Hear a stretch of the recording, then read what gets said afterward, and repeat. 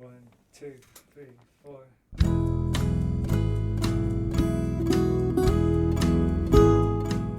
Hello, you're listening to the SKYLIT Books podcast series. We are a general interest independent bookstore located in the Los Feliz neighborhood of Los Angeles, California. This year, because of the coronavirus pandemic, we've had to close our store and cancel in-person events. But SKYLIT is your neighborhood bookstore, and we are finding ways to create community even while we're far apart. In the coming weeks, we'll be putting out lots of new audio content to help you discover new books, connect with authors, and check in with your favorite booksellers. To learn more about how you can help keep SKYLIT alive, please visit our website at skylitbooks.com or check out our social media accounts on Twitter and Instagram. You can subscribe to the podcast on Podbean, iTunes, and Spotify. Thank you for listening and enjoy.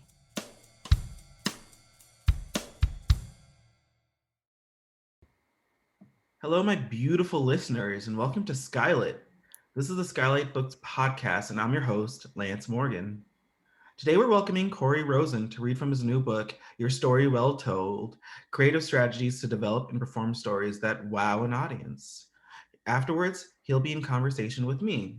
But before I introduce him, I want to remind you that SKYLIT Books is now open for in-store browsing with limited capacity. So please adhere to all social distancing and CDC regulations. But come on by, bring your masks, and have a fun time. Come pick up a book.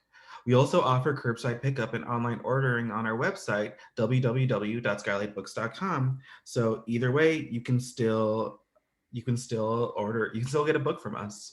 All right, so Corey Rosen is an actor, writer, and visual effects producer who lives in San Francisco. He's a regular host of the Moth Story Slam series in the Bay Area, and his stories have been featured on the Moth Radio Hour and the Backfeds PDX main stage. Corey began his career writing for Jim Henson Productions and Comedy Central in New York City. As an actor, Corey can be seen as a main stage company player at BATS Improv, where he improvises feature-length plays. His film credits as a VFX artist include Iron Man, Gridhouse, Ted, and The Phantom Menace. He recently wrote a script for a ride film at a Chinese theme park.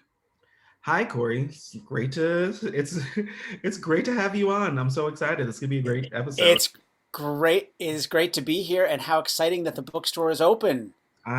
Believe me, it's exciting to have customers and to see everyone's faces. Well, see the tops of everyone's faces, and it is so cool. There's nothing like being in a bookstore. I mean, it's great that we can support SKYLIT and buy them online and everything, but just being in there. I mean, I went the other day I went to see a friend of mine play music in a pizza place the other day, and it was like, wow, I'm drinking a beer in a pizza place. Like, it felt so weird and so wonderful that, like, you don't realize how much we like these experiences until we've had them taken away. No, I was just talking to a friend, like, I will before I see my family, before I like go to the doctors, before I go to the bank, I will go to a movie theater and sit down there, pay half my rent in movie theater popcorn, and just see, I don't know, Terminator 18 or Star Wars. I'll see a Star Wars. I'll do whatever. Just do it. A Trolls movie. I will do it. I will see it. And this is no offense to anyone who works on Star Wars, Trolls, or actually no, I'll stick with Transformers. I'm right there. But the other two, not offended. Having worked on Star Wars movies, I will take no offense at that. Thank you. Thank you so much. Thank you for speaking on the behalf of the entire Lucasfilm company. We are not offended. Yes. So cool. It's so great. It's so great to be here, and I just want to thank you for having me on, and SKYLIT Books for making this great podcast. No, Eric, this is going to be a very exciting episode. So you have a reading for us today. I do. I'm going to read from my book, Your Story Well Told, and I'm going to read from the first chapter, which is a true story. Ooh, take it away. I'm excited. Okay, here we go. Friday, 7:42 a.m. I got punched in the face in front of my daughter's school by another kid's mom. I drive my kids, Henry and Magnolia, to school every morning. It's a window of time that I cherish. 15 to 20 uninterrupted minutes together with my children, during which I can engage them in conversations about school, friends, and issues on their minds, and can teach them things that matter to me. I try to change it up so that we're not that dreaded family that stares at their phones as they drive, and every day has a little different routine. For example, Tuesday is New Music Tuesday, where I curate a new to them playlist featuring a musical artist or genre with a short lesson. Fridays are current events, where we discuss topics like restorative justice and conflict resolution as it relates to them, such as discussing strategies to dealing with bullying at school. Ignore them was the advice I offered. Bullies feed on your energy, and nothing takes away their power like ignoring them. My 10-year-old daughter, now finishing 4th grade, keeps a journal logging the start and end times for our daily drive. And over the span of 3 years, she keeps this log every day, expanding the columns in her spiral-bound notebook to include driver, mom or dad, total travel time, which sibling sat in the front seat for fairness, as well as a notes column, which generally tracked unusual activity or special cases that may have affected our ride to school. A particular highlight of our standard commute was the sighting of a specific father and son that waited for their bus on the corner of 26th and Castro Street.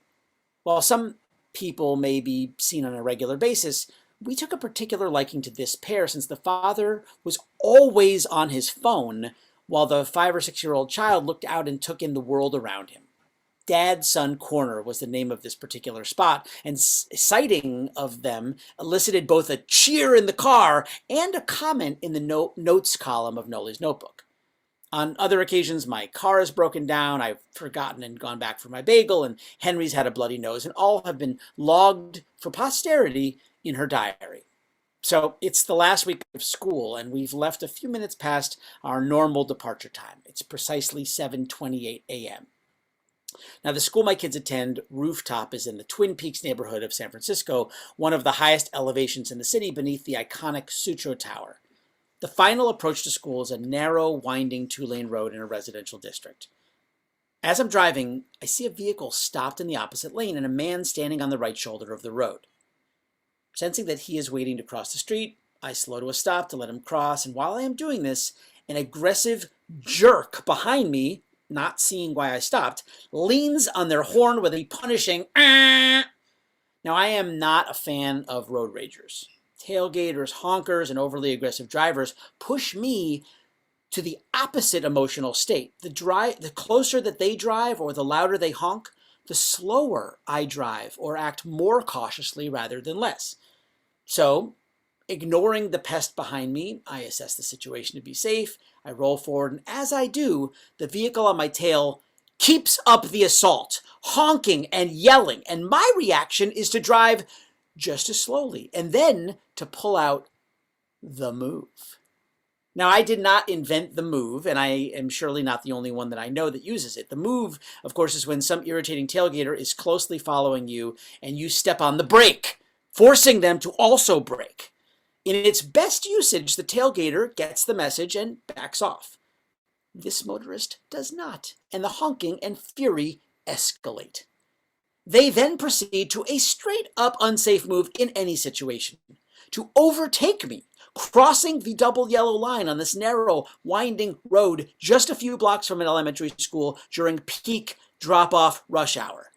It's precisely 7:42 a.m., I know, because it is logged in my daughter's diary, when I pull the second move. I speed up. As she attempts to unsafely overtake my car, I accelerate and close the gap as we reach the school's drop-off line. So the angry driver is now trapped in the oncoming traffic lane with no room to merge back into the proper lane. Now, this is typically where most road rage encounters conclude.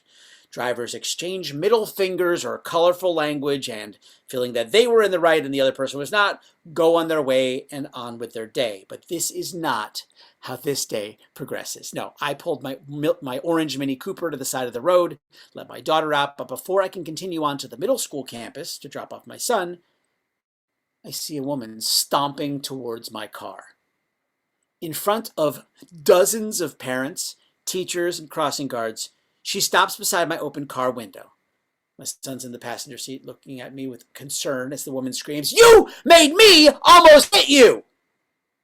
Breathing deeply in an effort to maintain my own composure in the face of a cursing, angry mother, I say, "Ma'am, I think you should take a deep breath and calm down." Now, saying calm down to an angry person is the worst thing I could have said. I see fire in her eyes, and I have nowhere to run or move. In a plea for mercy, I improvise. "My child is in the car." Then it occurs to me, she is outside. I am inside. If I close the car window, the encounter will end. So I reach for the switch, but before the car window can close, her right jab catches me across the jaw and ear. Ow! Throwing my car into first gear, I flee, leaving the woman standing in the road behind me, screaming obscenities. "That's right! Run away!" Leaving wide-eyed bystanders all around, I accelerate forward to Henry's campus, abandoning the frenzy that I've just created. Pulling the car over to drop Henry off, he turns to me. "Why did that woman hit you, Dad?" It occurs to me that I screwed up. Here I am trying to model good behavior, but the aggressive jerk inside me revealed itself. Well, I antagonized that woman by the way I drove. She shouldn't have honked at me, but I did the wrong thing.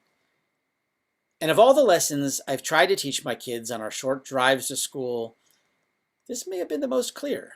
Watching their father do the wrong thing, antagonizing an angry person, fueling a situation that led to physical violence. Maybe you should have just ignored her. Yep, I did the wrong thing. On the last night of the school year, Noli updated her daily diary log in a Google spreadsheet graphing the travel to school data she'd collected all year. That morning's incident was logged for posterity and in all of our memories. May 27th, arrival time 7:42 a.m. Notes: Dad punched in the face. Wow, that was a story. You know what? Your book, the title makes sense now. Your story is well told because you told that story very well. No, Corey, anyone who you should put this audio recording I don't know how you could put it on a book. You know how the children's books have it where you could press a button here? That should be this. We should reinvent that for adult I totally agree. We should merge audiobooks and textbooks together where you can just hit a button or maybe just add a QR code or something, scan this page to hear the author read that page. Exactly. You know what? You're right. We all have smartphones at this point. We should be doing that. Yeah. Well, it's definitely fun. It's fun to relive, to retell that story because A, it's a real thing that happened to me. It's a real memory. B, it's in the past now in my life. My daughter is now a couple of years older than that story happened. You can tell because we're in COVID times. My kids haven't gone to school in a year. But anyway, the concept of it is great because it's now this snapshot, this moment that I've experienced, but also now I can look back on it and I can see, my kids at a certain age, myself at a certain level of experience, and it helps me to understand how stories help to connect us to things that have happened in our lives, kind of make sense of the things that have happened so that they elevate themselves beyond just this crazy thing that's happened, this mom punched me in the face, to I learned something, I noticed something, I observed something, and it led to a moment that made itself into a story. And I know this is probably I probably should ask this at the end, but I want to ask this now. Are you doing an audiobook version of this story, of this book too? It's so funny you ask. There is an audiobook. It is not me, but the reader is amazing. I have been listening to my own book because it just, just came out, but the audiobook came out and he's great. I mean, he's got the real movie trailer voice and he just does a beautiful version. So It's not me. It's not my voice telling the story, which is nice in some way because it's authentic to the storyteller, but it's very pleasant to listen to. So I really enjoy the audiobook. Well, I have nothing bad to say about that person then, and I won't say. But if a special edition years come out with your voice, send it over because I want to hear. Oh, Lance, I'm gonna Taylor Swift this. Please. I am totally Taylor Swifting my whole catalog. This could be your. I'm gonna re-record all of my written book. No, that I mean. Own the masters. Own the masters, and just put it out there. I think put it out with that same Taylor Swift like visual too. You got to have that visual. I think you That's can it. pull it off. It'll I'm be like that looking, visual. I think It'll you just pull be it off. me. Yeah. Yeah, just in a field, gold tint to it. Yeah, you can pull it off. Perfect. This is perfect. Perfect. No, I was very in. Also, are you a voice actor? Because like you have a voice actor quality too. I am a voice actor, so you would think that I should read my own audiobook, but it's okay. At this point, it's we live in special times, Yeah. and we're helping the voice actor economy by spreading the work around. Well, if just because I want to hear what stuff you've been in, what voice acting stuff have you been Yeah. in? Isn't I that- mean, most of my voice acting is stuff that you're not supposed to know that it's me. It's me, on the radio selling, car insurance and things like that. So, that's been a lot of it. I'm also like on the radio in San Francisco. I do movie reviews and things like that. So I part of a show called the Sarah and Vinny Show, which is Hmm. sort of our, local drive time wacky morning show. Oh, But it's good yeah. fun. I Yeah, mean, all of those shows have shaped me into who I am as an adult. So you're out there shaping some that San is true. Franciscan kid to become a podcast producer at a local bookstore one day, and that's important. That's Maybe. important. Maybe. And I It's mean that. true. I mean, if I could shape people into anything, it would be, um, like sort of the subject of my interest right now is about listening to people tell their stories Mhm. and to see like how can we do it better? How can we tell our own stories better? Right. Because let's be honest. I mean, you interview a lot of people. You don't have to name names, but occasionally are there some stories that sort of ramble off into nowhere? Ye- You know what's yeah, but and not in ways that like I'm just like, oh, this is, oh, we have to do like tighten it up or anything, but in a way as I'm like, as a person who's also a writer myself, I'm just like, oh, that could be cut. We could cut from that, or Oh, you could tighten this and all that stuff. Yeah, I mean, I'll give you. We'll talk about it after. We'll talk about it after. I'll name names after. I'm kidding. okay. I won't name names. Yeah, well, I But mean, but the point here is yeah, exactly that. I think that all of us, I mean, let's just face it, like the word storyteller is sort of overused these days, and like mhm, everyone's a storyteller because we're all telling stories all the time. right. But the concept is this: is we're also story critics. So we're all listening to people tell stories, and we're all you. We're all going, wrap it up, dude, or like get to the point, or what the hell is this about? Like there is a sense of not knowing what the heck we're talking about and going on and on. And so there's this thing that I have encountered both with my own self and with students and people that I listen to, that get on stages and perform, or just people that are talking over coffee, Mhm, is that there's a concept of what is the point of this story, mhm, and taking any moment in our lives, like it doesn't have to be, we say like tell me a story, like sometimes people will go to like their big story, like, right. oh well, here was this scary thing that happened, or here was this like life-changing moment, or this big relationship, or this big breakup, or this big fight that I got in, or whatever that is. Mhm, Getting punched in the face by that mother, I wouldn't say is like a defining moment in my life, mhm, but by framing a story around that, by taking a moment, any moment, what I kind of found was what I was able to do was to then let that little moment reflect on something else, of like my relationship with my kids, my relationship with trying to be a dad and trying to teach my kids lessons only to screw it up myself. mhm, So while the story is, about getting punched in the face, like that's the action of the story, I would argue, I mean, that's not a story about getting punched in the face. It's a story about messing up and learning, right? It's a story about the bubbles, I think, that we put ourselves in. In the case of like my car bubble with my kids, and passing these other bubbles, dad son corners, and that. I mean, what kind of a morning was that woman having that would get out of her car and punch another person in the face right. for braking in front of her? Like she was. Now in context, I look at, we all are in our own stories. We're all in our own worlds. And the version of that story that she tells, and I'm sure is very different. Like I am such the bad guy in her version of that story, Right. right? Yeah, I like devil ears and like Oh, yeah. Yeah. mischievous mustache that you're twirling the entire time. She's the Yeah. hero. She's the hero of She this. is. She is. She was wrong that day in her version of the story, just as we all are in our versions of the story. So that's kind of the fun of storytelling for me, is these things happen, and they're incidents and they're anecdotes and they're, moments in our lives.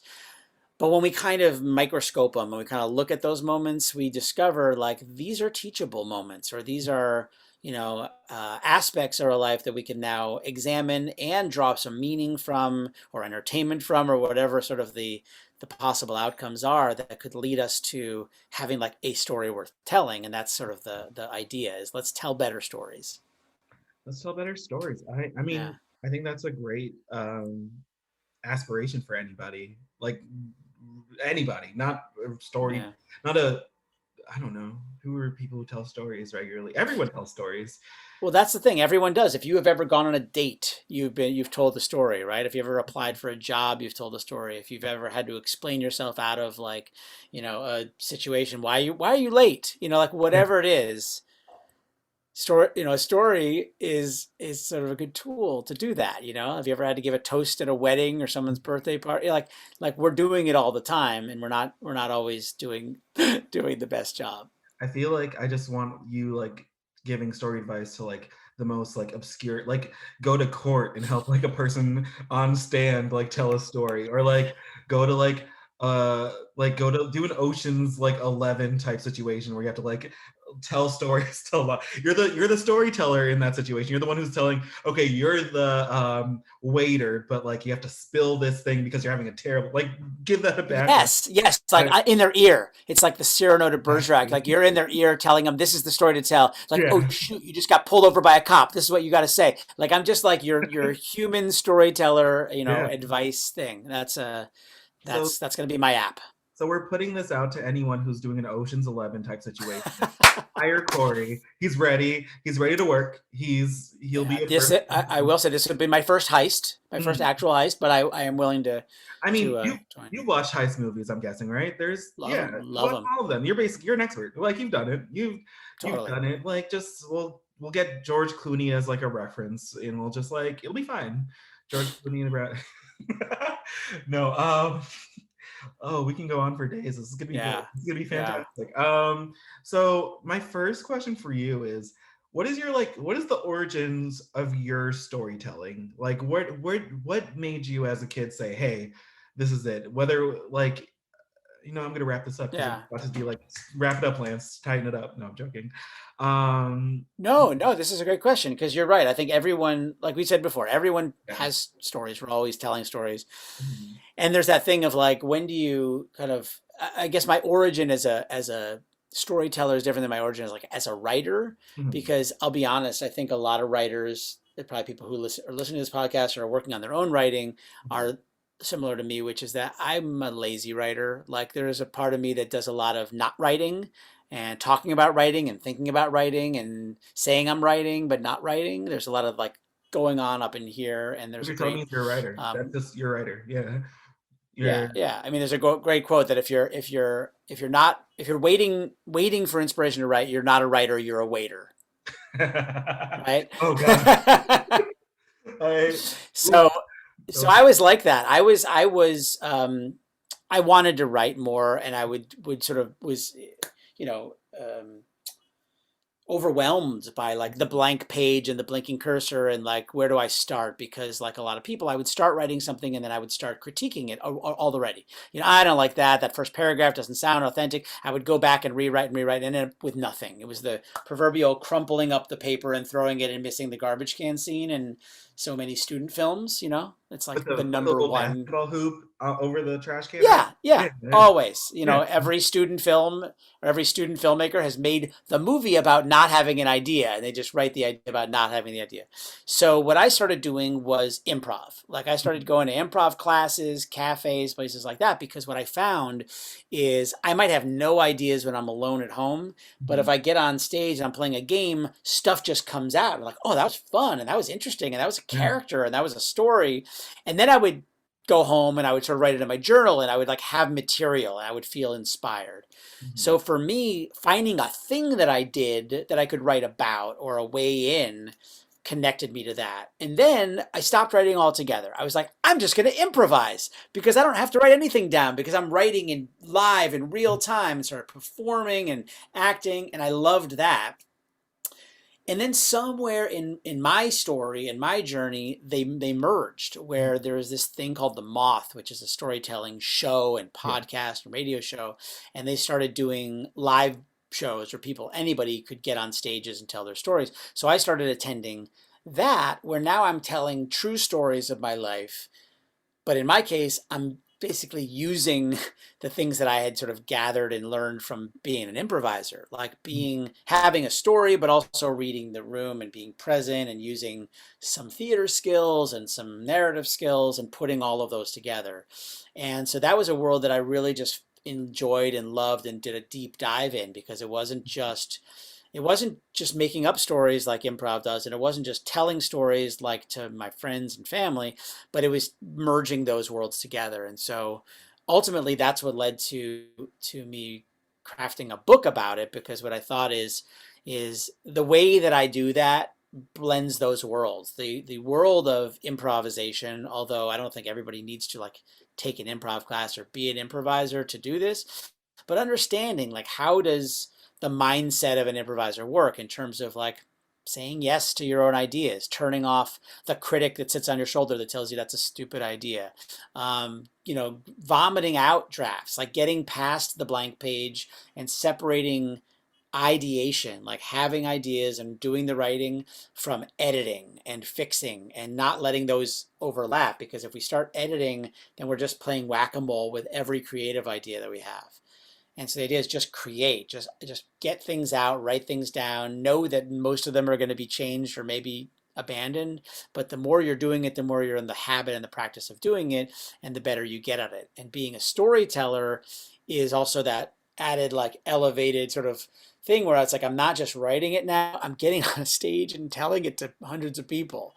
I'm going on a stage and I'm having to like elevate my own game and broadcast it out to the world, even when I know it's going to be a little imperfect. It's going to be okay, because I think that real stories come out a little bit imperfect. If somebody gets on a stage and they tell a perfect, verbatim, word for word, beautiful monologue, it might be real, but it also might feel really fake because it feels performed. Whereas if somebody screws up a little bit, uhs, or veers off on a tangent because they just remembered something, and you watch that person light up in their own memory, it's really exciting and captivating to watch people be in their own stories and remember them, because it adds realism, authenticity, and credibility to that.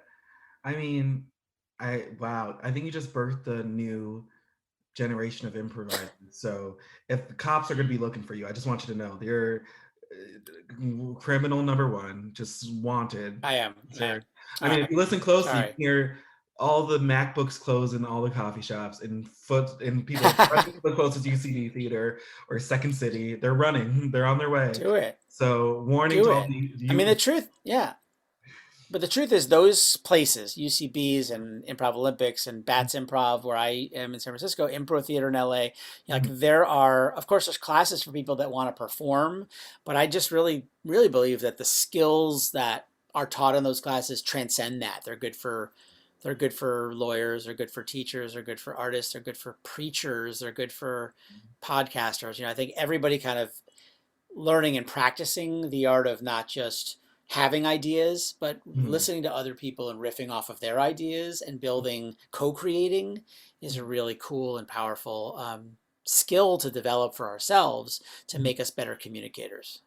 I now will go only to like be in a class with a preacher, a lawyer, like just like I want to see what'll come from it. I feel like like the person who will do all the dirty jokes is the preacher. I don't know why, but like it has to be. Right? I've had them because I teach storytelling classes, and I've actually had in my classes, I've had like Episcopalian ministers, I've had hospice nurses who have incredible, powerful stories of end of life stories, and just feeling inside of her like, I have been told these stories. How can I communicate these out to the world? Lessons that she's learned from other people. Because think about that.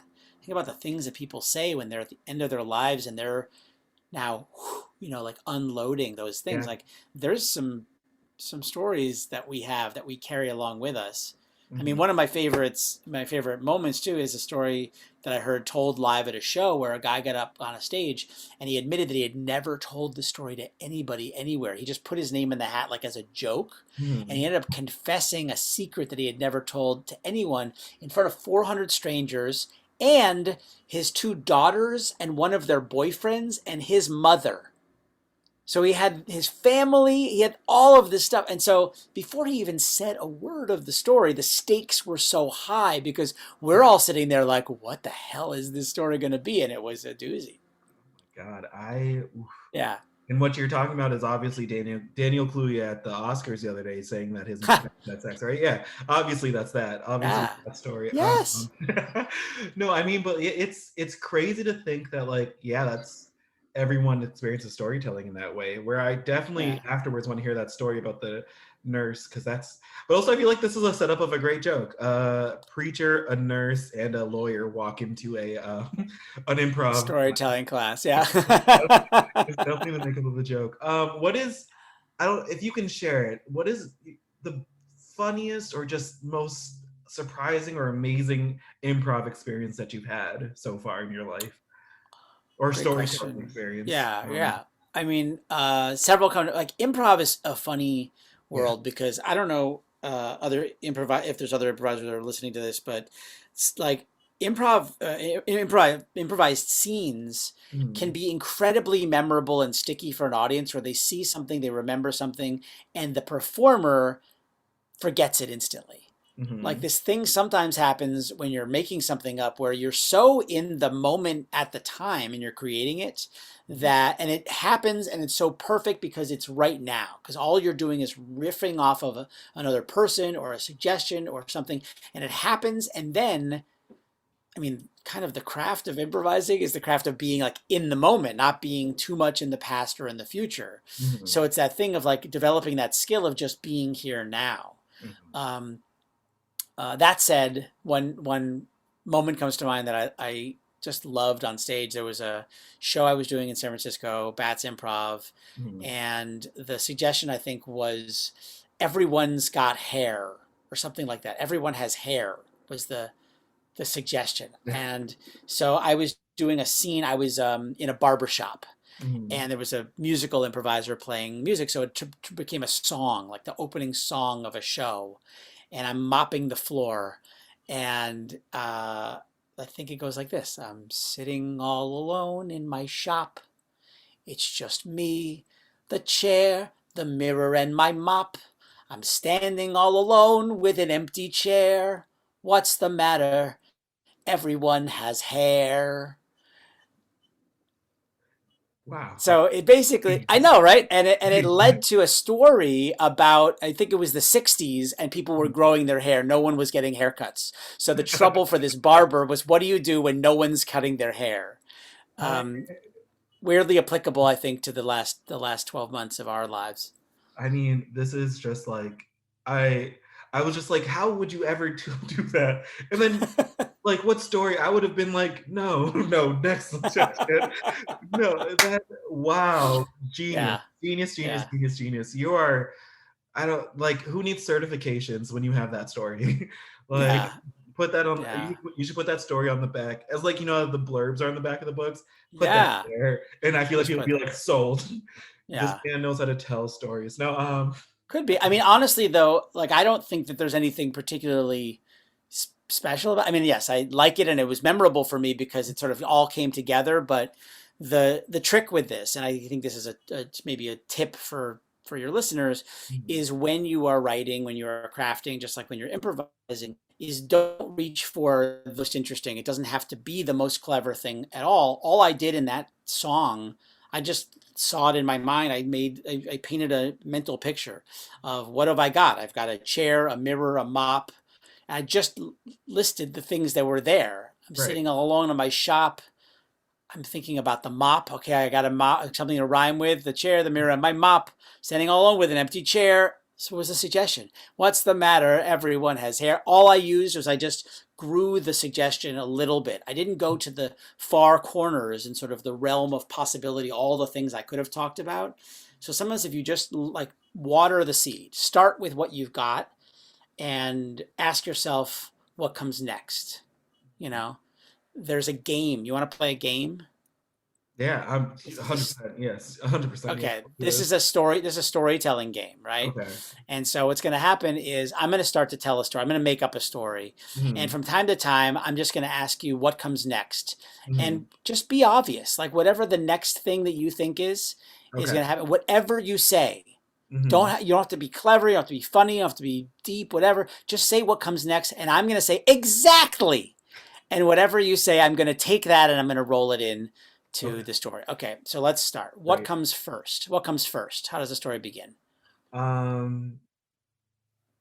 Oh God, no. See, I'm stuck already. No, I'm But joking. don't, but anything, be So obvious.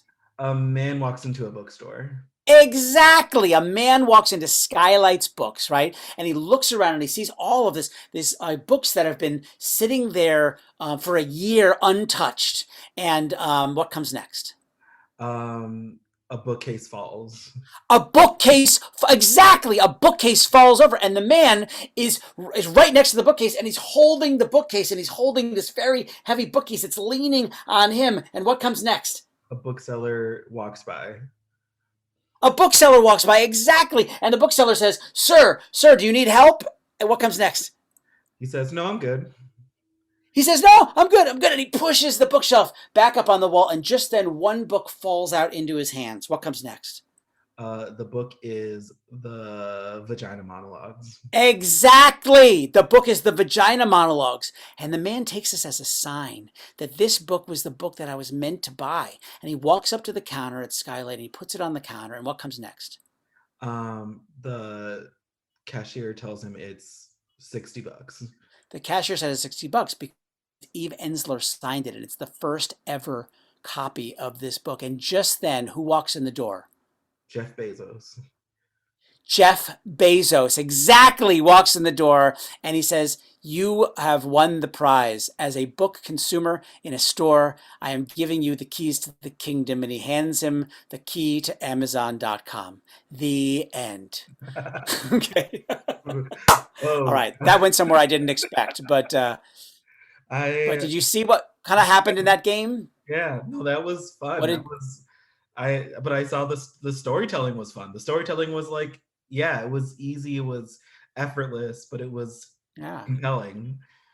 What I like too is that you saw, like felt that you could see it in your mind. You saw the bookshelf falling. You saw the bookseller. You saw the person ringing up the book. You saw Jeff Bezos. Like using our minds, adding details and colors to our stories helps to balance those two aspects of it, and it makes it kind of effortless. I mean, the way that we were just kind of riffing back and forth led to a quirky little story about a man buying a book. Well, and it was, if the entire time I was like, wow, this is a fantastic Charlie and the Chocolate Factory.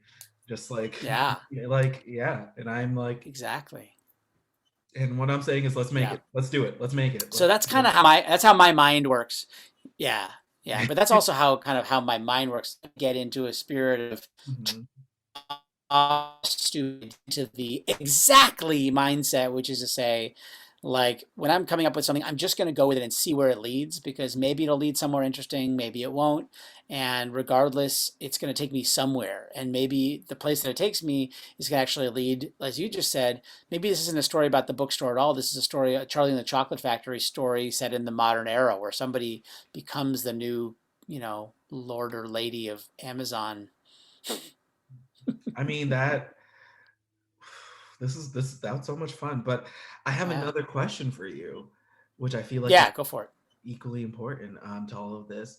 What made you stop and say, "Hey, I need to teach people how to tell better stories for their benefits, but I need to do this is my next goal. This is what I want to do." Yeah. For me, I mean, I know there's a lot of people who aspire to write a book or that sort of thing. That's not my journey. The thing that I wrote was weird, and I don't want to sound all woo-woo on you, but it was like, I got to a point in my life, I mean, I'm in my 40s, where I just felt like I have a book in me. And I think there was times in my life where I was telling stories, I was laboring to write things, I was telling things that didn't have sort of the traction or the sort of juice behind them. But this was something that came, it was very personal because it was a way for me to not only kind of convey this sort of three-part system that I use for coming up with ideas, structuring them, and then performing them, but it also enabled me to tell some of my stories, tell stories that I've heard that other people have told, and do it in a way where it's less about like, hey, look, these are all awesome stories, but more in the sense of like, I have my own stories. How can I take a story that's a good frame of a story, or maybe the beginning of a story, but how do I take any story and shape it and craft it into a story worth telling? Right. And that was sort of the aspiration that I have, and really the direction that the book took, which is that it's not just you're buying a book of my stories. What you're doing is you're going to read some of my stories and other people's stories, but what I hope it does is that it's a workbook as well, that you're going to read this, it's going to make you connect with a memory or an aspect of your own life that you hadn't thought about as a story. And you might actually find inspiration that you never expected before, because you might find like, oh, I've been working so hard on this idea that's just not going anywhere. But meanwhile, right next to you is something that you could develop. And so that's one way that I found like a real inspiration for people's stories, is to truly look at your life now. Like, look at a thing that happened today, like me dropping my kids off at school, right? Like, take a thing that happens now and maybe real life. Like, does this take me back to middle school? Like we were talking before this interview, I'm going to out myself. So I was in the movie version of right. But are we short on time? Should I not go into it? Because I was, yeah. Go into it. No, you're good. Okay. I can do it short too. No. Go. I'm not in a rush. Okay. Great. So that kind of reminds me of something that happened before this interview, before you started recording. Lance and I.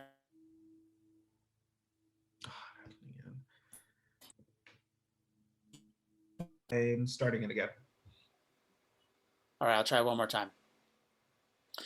So here's an example of that. Before this interview, Lance and I were talking, and Lance was kind of acknowledging that I was in the movie Rent, the musical Rent, and it's true. I played the Life Cafe manager in the La Vie Boheme scene, and Lance starts nerding out about like what an important movie this was to him, where like here it's sort of now in the story of this might take you back in time to middle school or to whatever time in your life where you see that movie, love that movie, how you connected with that story and that part of yourself.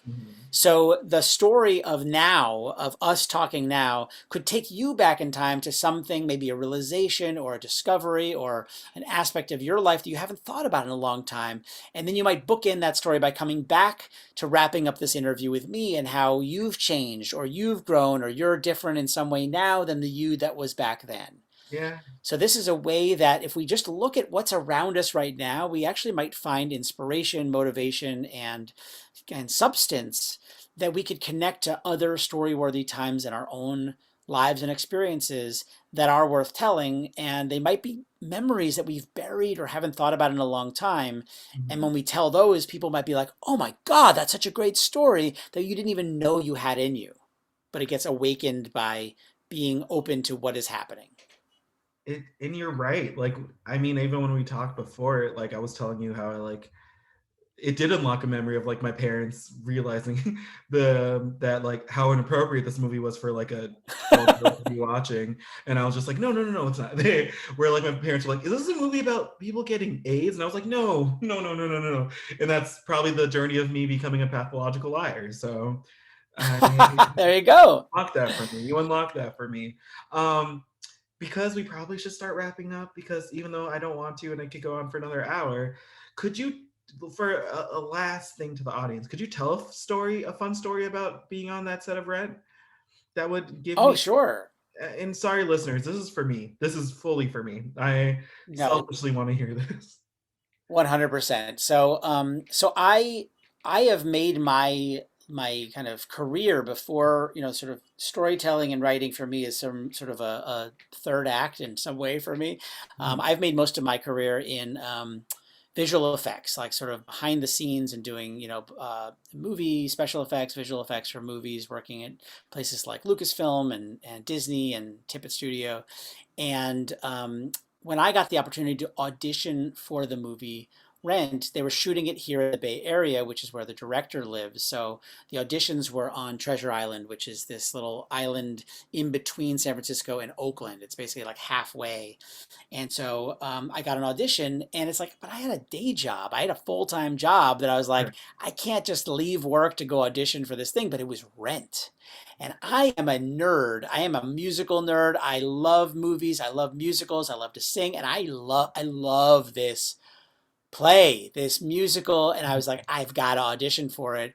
And so it was perfect timing. It was like a 12:45 audition. So I like leave work at like 12:15. It's lunch. So I jam over to Treasure Island. I get to this military base building, and I get there, and there's a friggin' room full of people all waiting. And I'm like, fuck, I have got no time for this. I can't do it. And I'm just like kind of uptight, and they're all nervous probably about their audition. I'm nervous about losing my great job. And so finally, when they call me in, it's like 1:30 now. And I'm like, I have got a 2 o'clock meeting. I have got to get back. So I go into the room, and my character is this uptight Life Cafe manager. And I think I just said the line as fast as possible. I was like, no, please, no, not tonight. Please leave. You sit all night, you never order anything. Get out of here. And I remember the faces of the casting director. They're just like, oh, that was really good. And so, and I'm just like, great, thanks. And I leave because I've got other things on my mind. So I get in my car, I drive back to work, and I get there, I make my meeting. And then I get a phone call from my agent who's like, they want to see you. Can you come back? And at this point, I'm like, oh, Jesus, when? And they're like, now. So I finished my meeting, and now I'm just like, all right, everything's on the line. So I get back in my car, I drive back, and I get to the thing. I walk in the room, and now the director of the movie is there.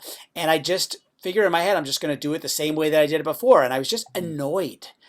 And what I think I realized is that everybody else who probably came in for this audition was doing it like it was in the musical, like you sit all night, you never buy, that's a lie, I had a tea, like, and I didn't do it that way. I did it like, how would I be if I was the manager of this cat? Anyway, I got the part. It led to a week of being on set, shooting this movie with Anthony Rapp, Adina Menzel, Jesse Martin. I mean, it was incredible experience. Tay Diggs, and even though I just had this one little moment where Rosario Dawson grabs my cheeks, you can find the scene online or something. But it was a dream come true for me, and experience I'll never forget. I just one of those full circle moments for me, because that's a movie I watched. I own on DVD. I could probably find it somewhere in my apartment. Yeah. I watched hundreds of times. So like, wow, this is it. This is it for me. I want you to know the only reason I got you on is because I found that in like, get this guy on. I don't care. He wrote a book, sure. Get it. He's a Rent guy. I'm joking. No, this has been a fantastic episode. Thank you so much, Corey. Thank you. I feel like I've learned so much about one, storytelling, to my own secret musical theater history, which I have to go. I guess it's gonna come back to me now. But 3, how important stories are for all of us, no matter who we are. And I think that's I hope the listeners find that out too. If you all tell stories in your everyday lives, and what we're here to tell you is you could be better at it. And so be better. And so buy Corey's book so you can be better at it. At SKYLIT. At SKYLIT Books. You can buy it. And the book is called Your Story Well Told: Creative Strategies to Develop and Perform Stories That Wow an Audience. And you can order right now at www.skylitbooks.com, or come in the store and grab it. We'll have it on display for you guys to come by. So come by. And Corey, do you have any last things you would like to say to the SKYLIT community, or just independent bookstore community as a whole? I mean, to the community, I say thank you for supporting independent bookstores. I think we live in a world where it's so easy and convenient to like go to specific websites and you think you can get things there. We are in a time where I think we're realizing the value of having communities and community stores, especially bookstores, that we can hold a thing and visit them. And I so appreciate, and I've been telling everybody to please support your local bookstores and buy my book there. There, no other book, just Corey's book. Buy it. Well, just and also you could buy it as a gift. You can buy it as a gift, and you should, because buy it for that friend of yours who keeps telling that same story, and you're bored, and just be like, I feel like this is a nice way to be like, tell a friend, hey, you could be better at this. And you might lose that friend, but they'll tell that story better. They'll tell that story better. No, this has been fantastic. Thank you again, Corey. And thank you to all my beautiful listeners out there for just coming back every week. And come back. We'll do more storytelling. All right, you guys have a great rest of your day. Thank you for listening to the SKYLIT Books podcast series. Please don't forget to visit our website at skylitbooks.com and make sure to follow us on Twitter and Instagram. Also, don't forget to subscribe to this podcast for more author talks and bookseller conversations. You can find us on Podbean, iTunes, and Spotify. Stay safe and healthy, and we hope to see you back in our store soon. I see